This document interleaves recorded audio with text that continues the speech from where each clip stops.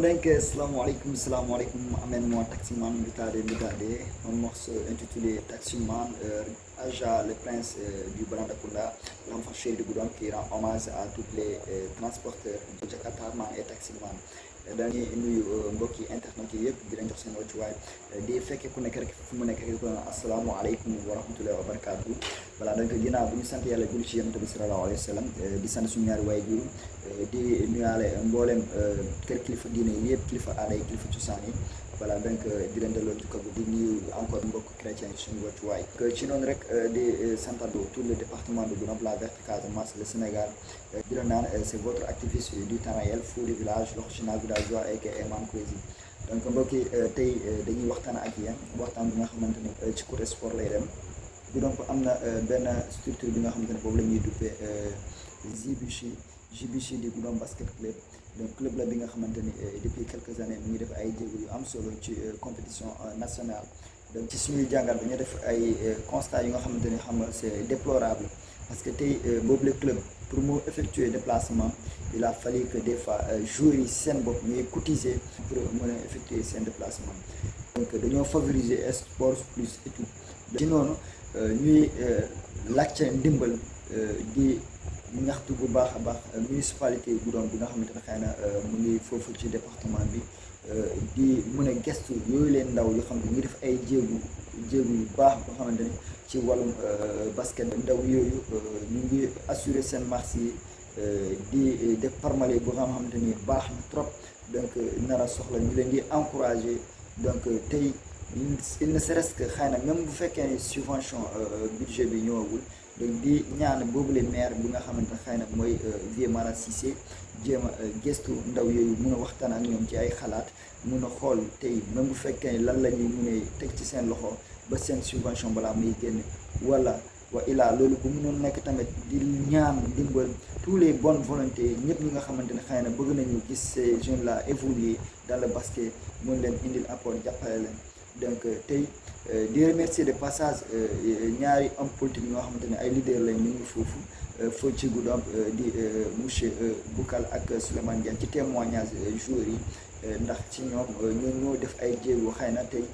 des fois di leen di assurer seen marche seen cotisation bu motul. Donc tout restant sax amoon na benn match bi nga xamante ni Goudomp joué na ko Ziguinchor nara effectuer déplacement de 14 jours ba il a fallu que 5 minutes lañ leen a forfait ci match bi mu am benn homme politique bu def intervention par intermédiaire jox leen une somme de 50 000 francs boo xamante ni boobu la ñu yokk dara pour mën a effectuer seen déplacement de Goudomp à Ziguinchor. Heureusement bu ñu demee ñu mujjee gagné match bi ci ay score yu am solo. Donc ñu xool image yooyu tamit nga xam ne xëy na score boobu la ñu gagné woon ci boobu match bi. Donc ce qui prouve que tey am nañu équipe bu nga xamante ne tey war nañ mu leen gestu di appeler surtout la diaspora aussi Goudomp Waatu Sita Goudomp Kibaaru gestuwaat encore ñoom tamit ñu xool lan la ñu mën a def ci xale yi ñu ngi seen liggéey bu baax a baax ñu ngi koy rafetlu ay jàmbaar lañu di leen ñaanal yàlla leen yàlla yokkal sutura surtout ay wéegu yaram ci projet yi ñuy def ndax manko bi gën a taxaw ci liggéey bu ñuy def. Donc Goudomp Waatu Sita encore di leen ñaxtu bu baax a baax di naan gestuwaat ñoom tamit di jàppale xale yooyu ndax dañoo soxla dimbal bu baax a baax. Donc di woote waat wàllu bi nga xamante ne mooy nit ki nga xamante ne saa yoo ko fëggee buntu da lay tontu mooy le DG Souleymane Ndiaye moom tamit di ko ñaan bu baax a baax mu def tout mun a recevoir ndaw yooyu wéccu ak ñoom xalaat waxtaan ak ñoom ak comment dire l'inspecteur monsieur Olivier Boukal bi nga xamante ni bokk na ci nga xamante ni daanoon na defal ndaw yooyu ay jéego ba tey jii ni ñoom boo xoolee ci match ñu joué nii daanaka match aller bi sax jëkkaleeguñu ko lu des moo gën a bëri lu ñu joué te ki nar a déplacé de Ziguinchor wala Kabrousse wala fële ca Bignona leneen la li nga xamante ne day xaw a métti si ñoom parce que saa su ne bu ñu naree taxaw di cotiser te umpaloo leen que équipe boobu dafa favoriser li nga xamante ni xëy na lépp loolu lay xaar ci ñoom mooy sport et étude ay équipe la club la bi nga xamante ne tey chaque année dañuy au moins defar cérémonial bi nga xamante ni boobu la ñuy delloo njukkal seen meilleurs élèves yi nga xamante ne mooy nekk ci biir club bi defal leen ay fête. Voilà, donc di surtout appeler solennellement municipalité bi fa nekk tamit pour jàppale leen tey boo xoolee même bu fekkee ne mën nañ leen lijjante ay fournitures nga xamante ne bu ñuy def seen fête yooyu loolu la ñu mën a récompenser leurs meilleurs élèves parce que day gën a tax xale yi ni ñuy toppee sport bi ni dañuy koy gën a mën a favoriser ak étude bi donc seen coach bi jox na témoignage boobu tamit ak seen staff bi yëpp voilà donc di remercier surtout coach bi nga xamante ni boobu tamit monsieur Mané di bàyyi yiteem yëpp ndax xale yooyu ak seen organisateur bi surtout mooy Youssoufa Diatta kooku tamit di ko remercier ak seen coordinateur technique bi nga xamante ni mooy Aliou Badara Goumbere kooku tamit di ko remercier gestionnaire bi Salim Seydi di ko remercier bu baax ak capitaine d'équipe bi yëpp donc tey loolu moo war a nekk suñu waxtaan ndax waxtaan la bi nga xamante ne xëy na ku nekk war na ci mën a am lu muy yokk surtout ci ñoom seen degré ndax ñu mën a jëm ci kanam tey ci sport jar na nit investir ci sport parce que tey au moment où ñu gis ne tey un certain Sadio Mané dem évoluer surtout ñëw def li nga xamante ni dafa jéggi dayoo ci dëkkam donc tey def nañu tey sport toll na fi nga xamante ni kenn xoolu leen comme ay doom yi Goudomp parce que tey bu ñuy demee ñoom Goudomp la ñuy défendre te couleur Goudomp la ñuy demee ñoom bu ñu gisee ni saa bu ñu ñëwee rek day mel ni ay gan lañu ci li ñuy def te club la bi nga xamante ni yàgg na def ay jéego di yóbbu Tour Goudomp un peu partout bu ñu demee Tour Goudomp la ñuy dem te club bi JBC la tudd JBC boobu boo xoolee Goudomp parce que club la donc défendre ñu beneen club bu ñu Goudomp te bu ñuy défendre Goudomp defe naa département bu Goudomp yëpp la te parce que boo leen xaymaa ñoom seen joueurs yi daa am joueurs yoo xamante ne ñu ngi sànni ñenn ñu ngi Diatakunda ñenn ñu ngi ba Jibanaar ak village environnement yi yëpp te ñooñu joueur la des fois seen xaalis bopp la ñuy génne fayal seen bopp transport ñoo ba dëkk ba Goudomp pour mën a compétir ji des fois bu fekkee ne club bi mënul def ay cotisation pour assurer seen déplacement te des fois joueurs yooyu bu ñu ñëwee bu fekkee ne club bi mënul leen jël en charge ñoom ñooy fayal seen bopp seen restauration ba voilà ñu ñibbi donc tey dañuy ñaan dimbal dañuy sukk xam nañu surtout municipalité bi di maire bi ñu ngi ci ay études xool naka la leen di mën a defar mais dañ leen di ñaan bu mënoon gaaw parce que actuellement ñu ngi ci digg compétition yi terrain bi terrain école la te loolu defe naa favoriser wu ñu te di ñaan dimbal bu baax a baax di mairie bu Goudomp pour mën a gestu xale yooyu xool ban espace lañu leen di mën a daggal pour may leen fa terrain parce que c'est très important tey bu ñu demee ci yeneen localité gis seen autorité lu mu leen di defal ci wàllum basket donc dañuy naan ñun Goudomp lan la ñuy xarandeku pour taxawal ndaw yooyu lan la ñuy xaar pour appuyer ndaw yooyu ñi nga xamante ni saison bi yëpp même benn paire de maillots amuñu ko amuñu benn matériel amuñu benn indemnisation moo leen mën a accompagner ñoom ñooy débrouiller seen bopp te couleur dëkk bi la ñuy jaay couleur Goudomp la ñuy yóbbu un peu partout boo demee te ci wàllum basket Goudomp tuuram dafa fay donc defe naa képp ku dem dans ces régions nga dem laajte mbirum Goudomp ci wàllum basket dañu lay wax ay ndaw la ñoo xamante ni macha allah am nañu fu ñu mën a teg seen tànk ci wàllum basket bu ñu amee ñu leen di accompagner donc ci loolu rek di def appel toutes les bonnes volontés yi nga xamante ne ñu ngi dans le département de Goudomp ba tous les maires du département de Goudomp ñu gestuwaat club yi nga xamante ne moo couvrir département bi yëpp te département bi yëpp lay représenté donc du maire de Silmanim Balanta et tous les maires des autres maires confondus monsieur Léon Jallet donc di leen naan yéen ñëpp ci ngeen bokk bëgg nañu ngeen indi apport jàppale ndaw yooyu la parce que lu ñuy def tey couleur département bi yëpp la ñuy marqué seen empreinte couleur département bi yëpp la ñuy parce que joueurs yi fa nekk ci association bi du doomu commune Goudomp yi kese département bi yëpp un partout jeunes yaa ngi foofu te ñu ngi def lu xam ne dafa rafet dafa jéggi dayoo ci wàllum tàggatu yaram donc ci noonu rek di ñaan ak ñaxtuwaat encore bu baax structure bi nga xamante ni communément ñooñu la ñuy duppee Goudomp Kibaaru gis nañu lu ñu nekk di def ci commune bi gis nañu lu ñu nekk def ci département bi di leen encourager di leen ñaanal yàlla leen yàlla may sutura ak wér-gu-yaram surtout ci li nga di def yàlla na leen yàlla may manko bi gën a taxawal fii ci ngeen nekk mais di leen ñaan encore ngeen indil ñu ñun tamit dimbal ci wàllum basket bi mun a appuyer ñii nii parce que club la comme tous les autres clubs parce que tey ñi nga xam ne ñu ngi compétir actuellement D2 pour nar a jublu monter D1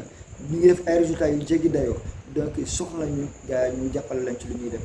soxla ñu au moins sax ku leen di mën a assurer seen transport c'est un peu ça fait un peu mal des joueurs ak seen coaching di def ay quête wala di cotiser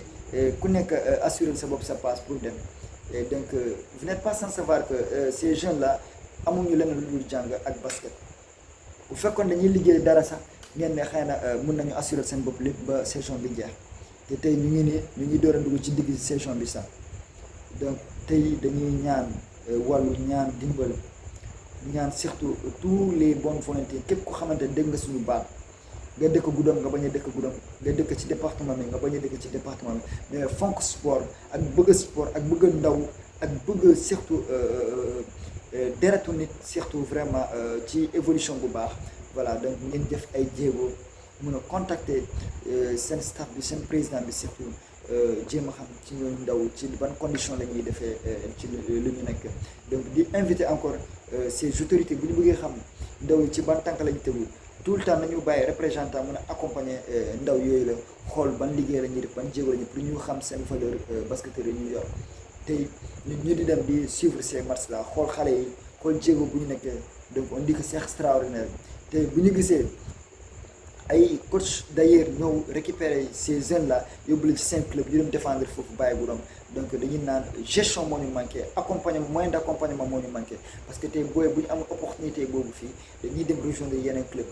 comme ni ngeen ko xamee ay daawaan ki ak daaw am nañ pas mal plus de 5 jours yoo xam ne dañoo dem si comment dire discuter avec eux ñu ñëwaat te donc alhamdulilah même s'ils sont pas tous revenus am na ñoo xam ne ñëw nañu pour défendre couleur Goudomp te cela c'est une fierté di remercier ses parents ñi nga xam ne ñu ngi ci yeneen communes yi te jël seen doom yi bàyyil ko responsabilité club bi Goudomp bi nii pour ñu mën a accompagner leen ci compétition bi donc di leen delloo njukkal bu baax a baax et ces jeunes yi nga xam ne des fois sax bu club bi deful ay actes ñoom ñoo jël seen propre passe ñu rejoindre Goudomp pour mën a def entraînement après ñu ñibbi encore jusqu'à leur village natal donc ñu ngi leen di remercier ci sacrifice yi et ci effort yi vraiment di naan gàcce ngaalaama Goudomp Basket Club donc boo leen gisee image yi nii da ngeen xam ne lii dafa rafet lii amul lu ko dàkk ñii ay jàmbaar la ñii dañoo jar a delloo njukkal club bi nga xamante même boîte pharmacie sax mënuñu ko am pour accomplir seen yeneen tâches yoo xamante ne ce sont des tâches urgentes ci biir terrain bi mënuñu ko donc comment peut-on accompagner ces jeunes là donc yéen Goudomp Wade Sida yéen ces autorités de la commune de Goudomp yéen seen leader politique donc bu fekkee ni tey bëgg nañu favoriser le sport dans l'ensemble le sport en général gëstu leen xale yi ndax sport la ñuy def gëstu leen xale yi ndax li ñuy def lu rafet gëstu leen xale yi ndax ñu ngi défendre couleur bi nga xamante ne couleur bu noble la te ñu ngi def geste yu noble donc Goudomp Basket Club gàcce ngaalaama donc di remercier waale comme ni ma koy waxee seen coach bi nga xamante ni l'infatigable tout le temps ñu ngi fii di sacrifier di joxe lépp di joxe ak yelleefam pour club bi ni muy mën a avancer te ñu ngi def ay résultats yu jéggi day boo leen gisee score yi nii bii mars bokk na ci mars bi nga xamante ni jour boobu dañu leen naroon forfait mu am un leader politique bi nga xamante ne dernier moment lañ ko defal recours par intermédiaire mu joxe 50 000 francs ndaw yooyu yokku foofu xaalis pour mën a effectuer seen déplacement donc di leen naan lu ñuy un politique gàcce ngaalama mais bëggoon nañu nga recevoir xale yi recevoir leen ngeen di toog ak ñoom wéccoo ak nga xam luy seen problème lan la ñuy jàmbat lan la ñuy bëgg a xarandiku ci kanam ci wàllum basketball te loolu ñu ngi remercier surtout depuis l'ancien coach avant coach bi nii di Souleymane Dramé kooku tamit di ko remercier parce que gis nañu effort bi mu doon fourni yëpp ba tey Goudomp am amuru basket te donc di lu ko delloo njukkal ci suñu baat di ko naan gàcce ngaalama te d'ailleurs même mars prochain defe naa moom lañ nar a dajale Ziguinchor Basket Club donc vraiment voilà suñu coach la tamit bon donc on sait bien que le mars va se passer dans le fair play et donc que le meilleur gagne vraiment di leen encourager bu baax a baax di encourager Goudomp Basket Club di leen naan voilà nous sommes là pour vous donc ñun bokk nañu ci staff bi nga xamante ne mooy ces jeunes yi nga xamante ne ils sont dotés de cet talent et ils n'ont même pas un espoir d'accompagnement pour assurer ces tâches qu'ils sont en train de faire tey ay ndaw la yu nga xamante ne dañuy bàyyi seen lépp ñëw défendre couleur Goudomp donc Goudomp da leen war a delloo njukkal donc de passage di remercier ñëpp comme ni ñu leen ko waxee c'est l'activiste du temps réel fou du village l'original villageois aka Man Prési di jégaluwaat bu baax a baax bu fekkee ni dafa am benn gàkk ci suñuy waxtaan di si jégalu bu baax a baax ndax suñu sañoon ñu def ko ku nekk mën si gis message bi mën a jàll loolu mooy tax vraiment di appeler surtout le maire actuel de la commune de Goudomp muy Vieux Malang Cissé di ko naan dañuy laajte ndimbal dañuy ñaan ngeen gëstuwaat xale yi ndax li ñuy def tey couleur Goudomp la ñuy défendre te xale yooyu leen ñoo bokkoon ci combat ba tey ñu falu leen te bu ñu leen faluwee tey nous ne disons pas que ce sont ces seuls jeunes que vous devrez vous intéresser, mais tous les jeunes dans l'ensemble ñu xool ban lien la ñu mën a def entente ak xale yi mën leen jàppale mën leen gunge ci li ñuy def c'est très important ak yeneen leader politique yoo xam ne tey di leen naan quoi qu'il en soit Goudomp la ñu am département bi la ñu am revenir et travailler avec l'actuel maire pour mën a accompagner ces jeunes pour mën a accompagner nos localités donc di leen ñaxtu encore di leen encourager di leen naan vous êtes nos parents et donc c'est nous dans nous sans vous nul ne peut exercer ce qu'il peut faire dans ces domaines et donc sans nous aussi peut-être que vous aurez des difficultés à remplir certains de vos tâches et donc dañuy complémentarité dañuy doon ay complémentarité di jàppalante di doon benn donc yooyu mooy suñu waxtaan tey di leen remercier di leen naan ngàcce ngalaama donc merci wasalaam